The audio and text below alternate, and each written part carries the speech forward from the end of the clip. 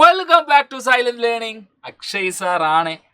So പുതിയൊരു chapter നമ്മുടെ curiosity text ബുക്കിലെ ബയോളജിയിലെ വളരെ പ്രധാനപ്പെട്ട ഒരു ചാപ്റ്ററാണ് our home Earth, a unique life sustaining planet. മറ്റു പ്ലാനറ്റ്സിനൊന്നും ഇല്ലാത്ത ഒരു ബഹുമതി നമ്മുടെ സോളാർ സിസ്റ്റത്തിൽ. ടോട്ടലി 8 പ്ലാനറ്റ്സ് ഉണ്ട്. അതിൽ എർത്തിന്റെ മാത്രം പ്രത്യേകത ലൈഫ് സസ്റ്റെയിൻ ചെയ്യുന്നു എന്നുള്ളത് തന്നെയാണ്. സോ അതുമായി ബന്ധപ്പെട്ട ഒരുപാട് കാര്യങ്ങൾ നമ്മൾ ആ ചാപ്റ്ററിൽ ഉണ്ട്. സോ അതിൽ നിന്ന് ചെറിയൊരു കണ്ടന്റ് ആണ് നിങ്ങൾ ഈ കണ്ടുകൊണ്ടിരിക്കുന്നത്. വീഡിയോ ആദ്യം മുതൽ അവസാനം വരെ തീർച്ചയായിട്ടും കാണണം. വീഡിയോ ഹെൽപ്ഫുൾ ആണെന്ന് തോന്നുകയാണെങ്കിൽ നിങ്ങളുടെ ചങ്ക് ഫ്രണ്ട്സിലേക്ക് ഈ വീഡിയോ ഷെയർ ചെയ്യാൻ ആരും മടിക്കരുത് കേട്ടോ. അവരും പഠിക്കട്ടെ. നമ്മുടെ ചങ്കല്ലേടാ, അവരും പഠിക്കണം അല്ലേടാ. യെസ്. അപ്പൊ നിങ്ങൾ നോക്കിക്കേ എന്താ പറഞ്ഞിരിക്കുന്നത്. What do planets of our solar system look like? നമ്മുടെ സോളാർ സിസ്റ്റത്തിലെ പ്ലാനറ്റ്സ് എങ്ങനെയാണ് ഉള്ളത്, ഏത് രീതിയിലാണ് ഉള്ളത്, അതാണ് മെയിനായിട്ട് പറയുന്നത്. നമുക്കറിയാം നമ്മുടെ സോളാർ സിസ്റ്റം, നമ്മുടെ സൗരയൂഥം അല്ലെ, സോളാർ സിസ്റ്റത്തിൽ നമുക്ക് സെൻട്രൽ ഒരു സ്റ്റാർ ഉണ്ട്, സണ്ണ്.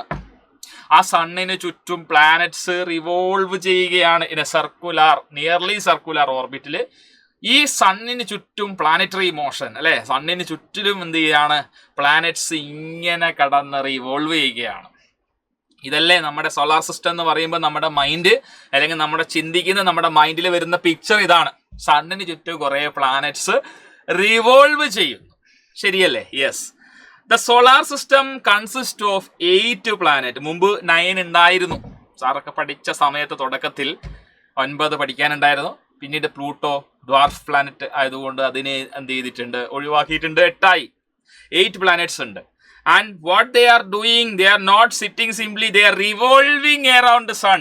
വെറുതെ ഇരിക്കല്ല, they are revolving around the sun. സണ്ണിന് ചുറ്റിലും അവരിങ്ങനെ കിടന്ന് കറങ്ങുകയാണ്.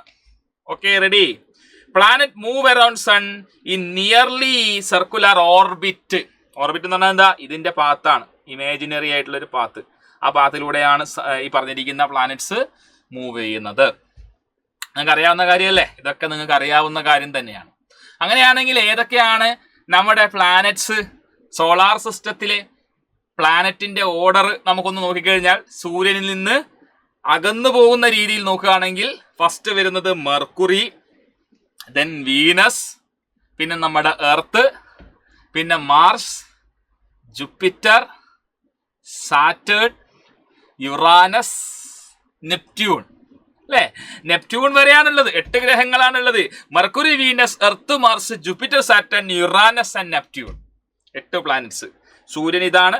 സൂര്യനിൽ നിന്ന് അകന്നിരിക്കുന്ന ക്രമം എന്ന രീതിയിൽ തൊട്ടടുത്ത് Mercury, Venus, then Earth, Mars, Jupiter, Saturn, Uranus and Neptune. Clear? ഈ ടെക്സ്റ്റ് ബുക്കിൽ ഒരു ആക്ടിവിറ്റി പറഞ്ഞിട്ടുണ്ട്. അതിന്റെ കുറച്ച് കീ നോട്ട്സ് ഞാൻ ഇവിടെ ഉൾപ്പെടുത്തിയിട്ടുമുണ്ട്.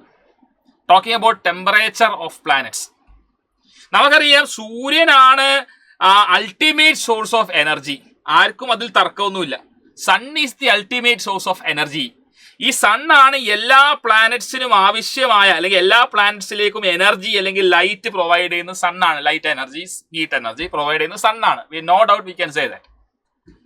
അപ്പൊ ചുരുക്കം പറഞ്ഞു കഴിഞ്ഞാൽ, സൂര്യനോട് ചേർന്ന് നിൽക്കുകയാണെങ്കിൽ, ഒരു പ്ലാനറ്റ് സൂര്യനോട് ചേർന്ന് നിൽക്കുകയാണെങ്കിൽ അതിന് ചൂട് കൂടണം സ്വാഭാവികമായി.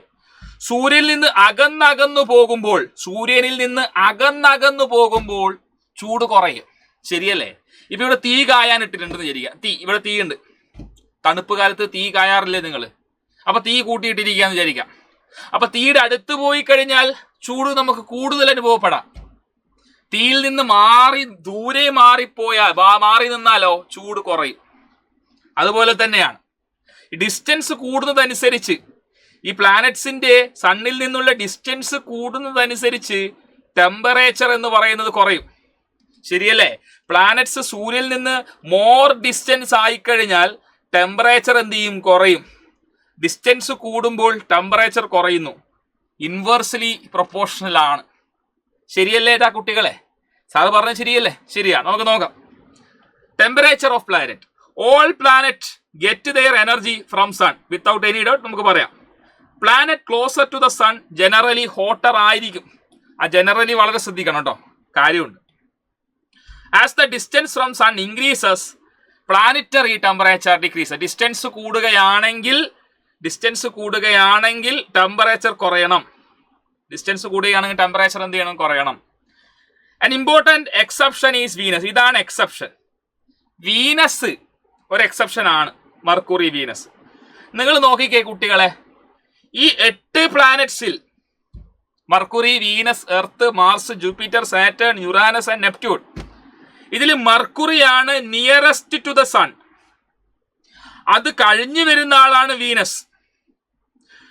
മെർക്കുറി തൊട്ടടുത്തായിരുന്നിട്ട് പോലും വീനസിനേക്കാൾ ടെമ്പറേച്ചർ കുറവ് മെർക്കുറിക്കാണ്. അവിടെയാണ് ഒരു എക്സെപ്ഷൻ വന്നത്. ഈ വീനസ് എന്ന് പറയുന്ന ചങ്ങായി ഉണ്ടല്ലോ, this is the hottest planet in the solar system. ഏറ്റവും ചൂട് കൂടിയ ആള് വീനസ് ആണ്. ഈവൻ ദോ ഇറ്റ്സ് പൊസിഷൻ ഈ സെക്കൻഡ്, ഇദ്ദേഹം സെക്കൻഡ് ആണ്, ഫസ്റ്റ് മെർക്കുറിയാണ്. മെർക്കുറിയാണ് ക്ലോസസ്റ്റ്. പക്ഷെ മെർക്കുറിക്ക് എന്തില്ല? ടെമ്പറേച്ചർ അത്രത്തോളം ഇല്ല. വീനസിനാണ് കൂടുതൽ ചൂട്. അതിന് കാരണമുണ്ട് കുട്ടികളെ. ഈ മെർക്കുറി, വീനസ് നമ്മൾ കമ്പയർ ചെയ്യുമ്പോൾ ഈ മെർക്കുറിക്ക് അറ്റ്മോസ്ഫിയർ ഇല്ല എന്നുള്ളത് ഓർത്തു വെക്കാം. അതിന് അറ്റ്മോസ്ഫിയർ ഇല്ല, അല്ലെങ്കിൽ വളരെ നേരത്തതാണ്. അറ്റ്മോസ്ഫിയർ ഇല്ല എന്ന് തന്നെ പറയാം, നെഗ്ലിജിബിൾ ആയിട്ട് പറയാം. അപ്പോൾ അറ്റ്മോസ്ഫിയർ ഇല്ലാത്ത ഒരാളാണ് മെർക്കുറി. ഏതാ വീനസിനോ വളരെ കട്ടിയുള്ള അറ്റ്മോസ്ഫിയർ ഉണ്ട്. എർത്തിനും വീനസിനൊക്കെ അറ്റ്മോസ്ഫിയർ ഉണ്ട്. എന്നാൽ വീനസിന് കുറച്ചുകൂടി കട്ടി കൂടിയ അറ്റ്മോസ്ഫിയറാണ്. അപ്പോൾ അറ്റ്മോസ്ഫിയർ എന്ന് പറയുമ്പോൾ അതിൽ കുറേ ഗ്യാസസ് ഉണ്ടാവും. അതിൽ കാർബൺ ഡൈ ഓക്സൈഡ് ഒക്കെ ഉണ്ടാവും, കാർബൺ ഡൈ ഓക്സൈഡ്. അപ്പോൾ സൂര്യനിൽ നിന്ന് വരുന്ന ചൂടിനെ തിരിച്ച് റിഫ്ലക്റ്റ് ചെയ്ത് പോകാതെ കാർബൺ ഡൈ ഓക്സൈഡ് ട്രാപ്പ് ചെയ്ത് വെക്കും.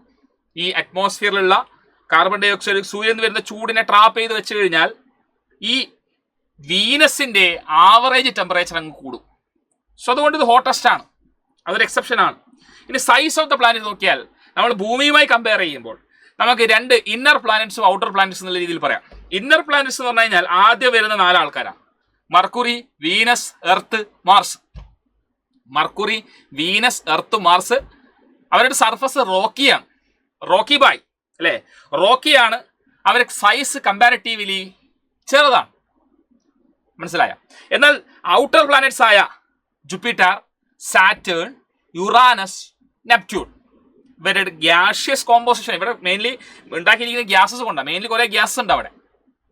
ആൻഡ് ഓൾസോ റിമെമ്പർ, ഇവർ വലിയ സൈസ് ഉള്ളവരാണ്, ലാർജ് ആണ്. അപ്പോൾ ഇന്നർ പ്ലാനറ്റ്സ് സ്മോളറും ഔട്ടർ പ്ലാനറ്റ്സ് കമ്പാരിറ്റീവ്ലി ലാർജറുമാണ്. അതിൽ ജൂപ്പിറ്റർ ആണ് largest planet. The largest planet Jupiter ആണ്. ഭൂമിയുടെ റേഡിയസുമായി താരതമ്യം ചെയ്യുമ്പോൾ 11 ടൈംസ് അധിക റേഡിയസ് ജൂപ്പിറ്ററിനുണ്ട്. If radius of Earth is X ആണെങ്കിൽ ജൂപ്പിറ്ററിന്റെ റേഡിയസ് എന്ന് പറയുന്നത് 11x ആയിരിക്കും. Okay, clear. നേരത്തെ പറഞ്ഞ കാര്യത്തിലേക്ക് വീണ്ടും കിടക്കുക. അറ്റ്മോസ്ഫിയർ നോക്കുകയാണെങ്കിൽ സാധാരണഗതിയിൽ അധിക പ്ലാനറ്റുകൾക്കും അറ്റ്മോസ്ഫിയർ ഇല്ല എന്ന് പറയാം. അതിൽ തന്നെ മെർക്കുറി എന്ന് പറയുന്നത് has little or no atmosphere എന്ന് പറയാം. മെർക്കുറിക്ക് എന്ന് പറഞ്ഞാൽ അറ്റ്മോസ്ഫിയർ ഇല്ല എന്ന് തന്നെ നമുക്ക് പറയാം. എർത്തിനും വീനസിനും വെൽ ഡെവലപ്ഡ് ആയിട്ടുള്ള അറ്റ്മോസ്ഫിയർ ഉണ്ട്. അറ്റ്മോസ്ഫിയർ ആക്ച്വലി ടെമ്പറേച്ചർ കൺട്രോൾ ചെയ്യാൻ വലിയ റോൾ വഹിക്കുന്നുണ്ട്. നേരത്തെ പറഞ്ഞു, അറ്റ്മോസ്ഫിയറിൽ ഗ്യാസസ് ഉണ്ട്. സൂര്യനിൽ നിന്ന് വരുന്ന ചൂടിനെ ട്രാപ്പ് ചെയ്യുന്ന ഗ്രീൻ ഹൗസ് ഗ്യാസസ് എന്ന് പറയും. അങ്ങനെ ട്രാപ്പ് ചെയ്യുന്ന അങ്ങനെ ചൂട് മെയിൻറ്റെയിൻ ചെയ്യുന്ന ആ പ്രക്രിയ ഗ്രീൻ ഹൗസ് എഫക്റ്റ് എന്നാ പറയാം, ഗ്രീൻ ഹൗസ് എഫക്റ്റ്. അതാണ് ഇവിടെ വീനസ് എന്തുകൊണ്ട് ഹോട്ടസ്റ്റ് പ്ലാനറ്റ് ആയിരുന്നൊരു ചോദ്യം. Why is Venus hottest planet? Venus is not the closest planet to sun. Venus ഒരിക്കലും സണ്ണിനോട് അടുത്തുള്ള പ്ലാനറ്റ് അല്ല. സണ്ണിനോട് അടുത്തുള്ള പ്ലാനറ്റ് മെർക്കുറിയാണ്, വീനസ് അല്ല.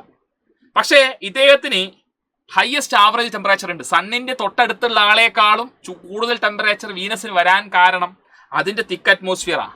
അതിൽ കുറേ കാർബൺ ഡൈ ഓക്സൈഡ് ഉണ്ട്. അതെന്ത് ചെയ്യും? ഹീറ്റിനെ ട്രാപ്പ് ചെയ്യും. എന്നിട്ട് സ്പേസിലേക്ക് എസ്കേപ്പ് ചെയ്ത് പോകുന്നത് പ്രിവെന്റ് ചെയ്യും. കൂടുതൽ ചൂട് അവിടെ തന്നെ, ആവറേജ് ടെമ്പറേച്ചർ അതുകൊണ്ട് തന്നെ ഇൻക്രീസ് ചെയ്യും. അതാണ് ഗ്രീൻ ഹൗസ് എഫക്റ്റ്. നമ്മുടെ ഭൂമിയിലും അത് തന്നെയാണ് ഗ്രീൻ ഹൗസ് എഫക്റ്റ്. എന്താ ഗ്രീൻ ഹൗസ് എഫക്റ്റ്?